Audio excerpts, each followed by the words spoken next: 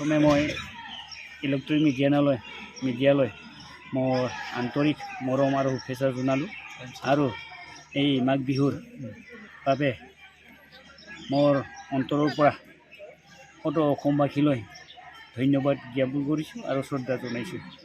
এতিয়া বৰ্তমান আমি চালবাৰী গাৰ্লছ হাইস্কুলত গুণোৎসৱত আছোঁ। নিখিল বড়ো ছাত্ৰ সন্থা আৰু বড়ো সাহিত্য সভাৰ হৈ মই শালবাৰী জিলাৰ উপসভাপতি হৈ এই গুণোৎসৱত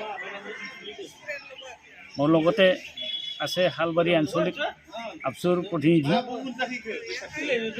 বৰ্তমান গুণোৎসৱ চলি থকা অৱস্থাত আমাৰ বড়ো ক্লাছ 6ৰ বড়ো মাধ্যমৰ অংক আৰু বিজ্ঞানৰ প্ৰশ্ন কাকত যিহেতু ইংলিছেদি আহিছে, ইয়াৰ কাৰণে আমি এইটো প্ৰতিবাদ কৰিছোঁ। কিয়নো বৰ্তমান চলি থকা ক্লাছ 6ৰ ছাত্ৰ ছাত্ৰীসকলক বড়ো মিডিয়ামেদি শিকাই আছিল, কিন্তু হঠাৎ এক প্ৰশ্ন কাকত ইংলিছেদি আহিছে। ইয়াৰ কাৰণে আমি প্ৰতিবাদ কৰিছোঁ। প্ৰতিবাদ কৰাৰ কাৰণটো হ'ল আমাৰ বড়ো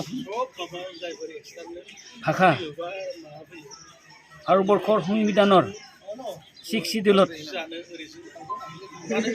যিহেতু অন্তৰ্ভুক্ত হৈছে, 8 শিডিউলত যিহেতু অন্তৰ্ভুক্ত হৈছে, ইয়াৰ কাৰণে আমি আমাৰ বড়ো মাধ্যমৰ বড়ো ভাষাইদি পঢ়িব পাব লাগিব, বড়ো ভাষাইদি লিখিব পাব লাগিব। বৰ্তমান অসম গভৰ্ণমেণ্টে যেনেকুৱা ব্যৱস্থা লৈ আছে, আমাৰ বড়োসকলৰ মৌলিক অধিকাৰটোকে কাঢ়ি লোৱা হৈছে। ইয়াৰ কাৰণে নিখিল বড়ো ছাত্ৰ সন্থা আৰু বড়ো সাহিত্য সভাই ইয়াৰ বিৰুদ্ধে জোৰদাৰ প্ৰতিবাদ কৰা হৈছে।